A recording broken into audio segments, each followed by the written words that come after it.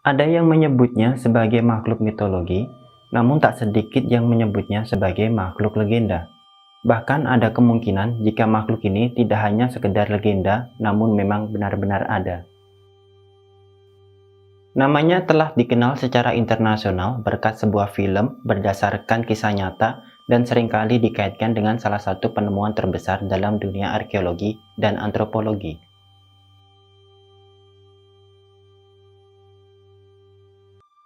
Namanya adalah Ibu Gugu. Kisah ini sudah secara turun-temurun menjadi sebuah cerita rakyat di Flores.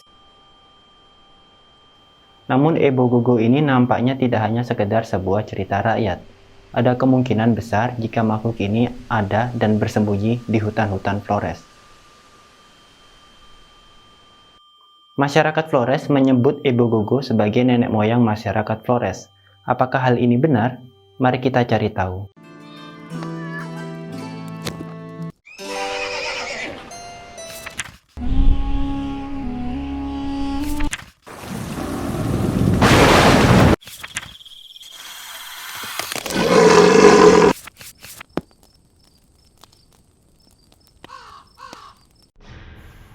Ibu Gugu disebut nenek karena Ibu Gugu dikisahkan memiliki kelenjar susu yang panjang, dan salah satu yang membuat mereka menakutkan adalah mereka dikenal sangat rakus, memakan apa saja sehingga digambarkan memiliki perut yang besar, bahkan mereka bisa memakan daging manusia.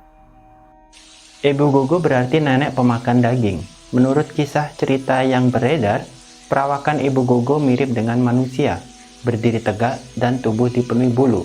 Wajahnya mirip dengan kera dan digambarkan memiliki gigi taring yang besar. Tingginya kira-kira hanya 1 meter, terkenal gesit, dan mampu berlari dengan sangat cepat. Cara berkomunikasi mereka adalah dengan berbisik, namun dikatakan jika mereka juga mampu untuk menirukan suara manusia. Menurut legenda rakyat setempat, Ibu Gugu terakhir kali terlihat sekitar 400 tahun yang lalu ketika para penjajah Belanda dan Portugis datang.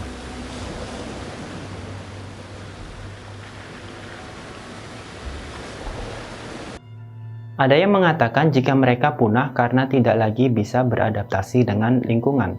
Ada pula yang mengatakan jika kepunahannya justru karena dibabat habis oleh Belanda dan Portugis, karena dianggap sebagai hama layaknya hewan.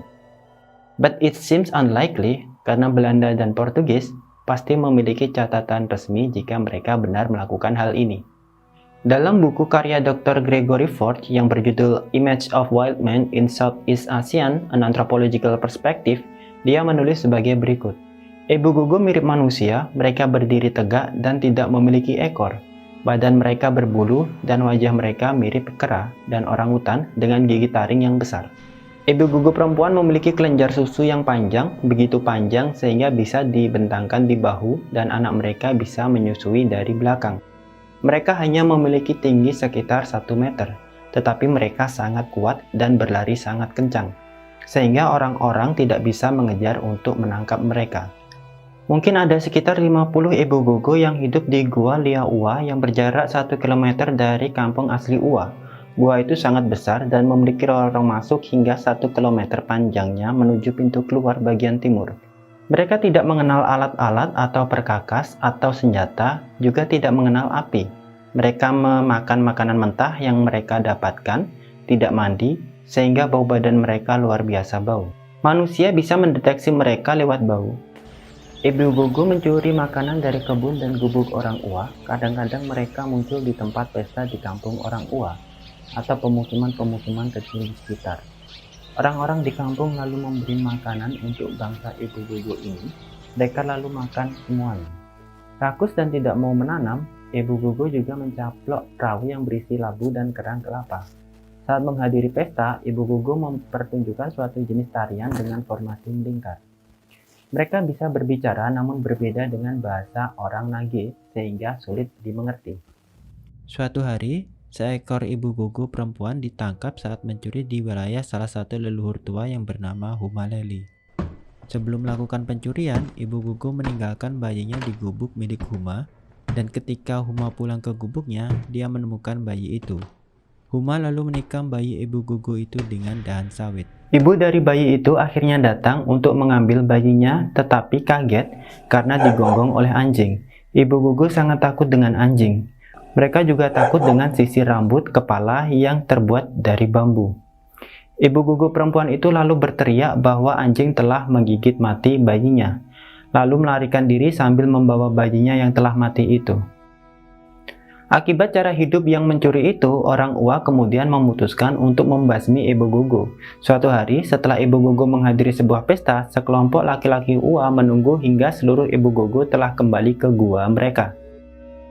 Orang-orang Ua lalu menutup pintu keluar bagian timur dan melempar sekitar 500 ikat ijuk di pintu masuk gua. Mereka bilang ke Ibu Gugu untuk memakai ijuk-ijuk itu sebagai alas tidur atau tikar. Karena bodohnya, para ibu gugu itu justru membungkus ijuk-ijuk itu pada badan mereka. Setelah semuanya membungkus badan mereka dengan ijuk, orang Ua lalu melempar api ke ibu gugu. Tentu kebakaran besar di tempat itu tidak bisa terhindarkan. Seluruh ibu gugu mati terpanggang di dalam gua.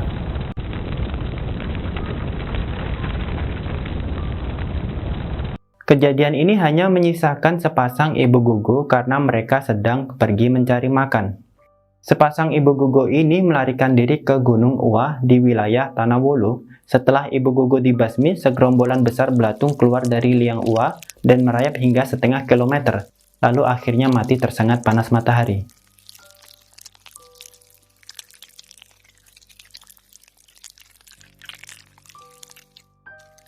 Hingga saat ini, cerita rakyat ini masih diturunkan hingga sekarang di Flores. Namun nampaknya ibu gugu ini benar adanya. Hal ini dikaitkan dengan penemuan mengejutkan tulang belulang makhluk aneh yang dilaporkan di Tanah Flores pada tahun 2004. Kalangan masyarakat sains di dunia digemparkan dengan penemuan manusia kecil di salah satu gua batu kapur yang bernama Liang Bua di Kabupaten Manggarai, Flores, Nusa Tenggara Timur. Hasil penemuan sains yang disiarkan melalui jurnal Science Nature ini menyebutkan makhluk ini sebagai Homo florensis. Homo florensis yang ditemukan di Liang Bua berusia antara 8 hingga 20 tahun ketika meninggal dan memiliki tinggi sekitar 1 meter. Sounds familiar? Spesies baru hominid itu telah diperkirakan hidup di Flores sekitar 94.000 hingga 13.000 tahun yang lalu. Hasil penemuan ini memberi kemungkinan adanya hubungan antara ibu gugu dengan Homo florensis, meskipun hubungan ini lemah. Alasannya adalah: pertama, legenda Ibu Gugu lebih terkenal bagi rakyat di Nagekeo. Mereka tinggal lebih dari 100 km dari situs penemuan Homo florensis di Liang Bua. Kedua, Ibu Gugu dikatakan punah oleh masyarakat sekitar 400 tahun yang lalu, sedangkan Homo florensis hidup sekitar 13.000 tahun yang lalu. Meskipun beberapa arkeolog menganggap bahwa hominid yang ditemukan ini adalah anggota spesies Homo erectus atau Homo sapiens yang mengalami isolasi sehingga mengecil, setelah melakukan penelitian mendalam, ilmuwan yang bernama Antoine Balzu dan Philippe Charlier mengatakan bahwa hominid ini bukanlah dari spesies kita dan tidak ada tanda-tanda kelainan genetik yang menyebabkan kekerdilan. Perlu digarisbawahi, jika Homo florensis ini bukanlah nenek moyang kita adalah spesies yang berbeda, yaitu Homo sapiens. Anggap saja seperti singa dan harimau, meskipun mereka termasuk keluarga kucing besar, namun mereka berbeda spesies. Kisah Ibu Gugu ini mendapat perhatian internasional dan nasional pada tahun 1977 ketika 3 orang peneliti yang bernama Dr. Timothy Derus bersama dengan rekannya yang bernama Dr. Gary Ward dan juga Deraja Saputra melakukan penelitian burung di hutan di Flores Tengah. Berdasarkan pengakuan Dr. Timothy Derus, mereka menemukan salah satu ibu gugu di hutan sedang melompat-lompat di atas pohon. Kemudian sekelompok ibu gugu keluar dari balik bukit yang ada di dalam hutan. Tak lama kemudian, sekelompok ibu gugu menyerang Dr. Timothy Derus dan rekannya. Dr. Timothy Derus sempat merekam peristiwa tersebut dengan kamera yang sebelumnya telah diletakkan di atas pohon untuk mengamati spesies burung langka. Dia menyaksikan bagaimana kedua rekannya tewas dicabik-cabik dan dimakan oleh ibu gugu. Kemudian Dr. Derus berhasil melarikan diri dan diselamatkan oleh penduduk sekitar meskipun dia terluka. Pengakuan Dr. Derus ini dianggap kontroversial karena tidak ada saksi dan bukti terkait peristiwa tersebut. Dr. Derus dipenjara di lapas Gerobokan atas tuduhan pembunuhan dan memakan 2 orang rekannya. Dr. Derus meninggal tanggal 3 Februari 2013. Kisah nyata dari Dr. Timothy Darrow ini dijadikan sebuah film yang berjudul The Cannibal in the Jungle. Selain itu, terdapat novel karya Bill Prince yang berjudul Legend of Ebu Gogo. Novel Little People and the Lost World oleh Linda Goldenberg.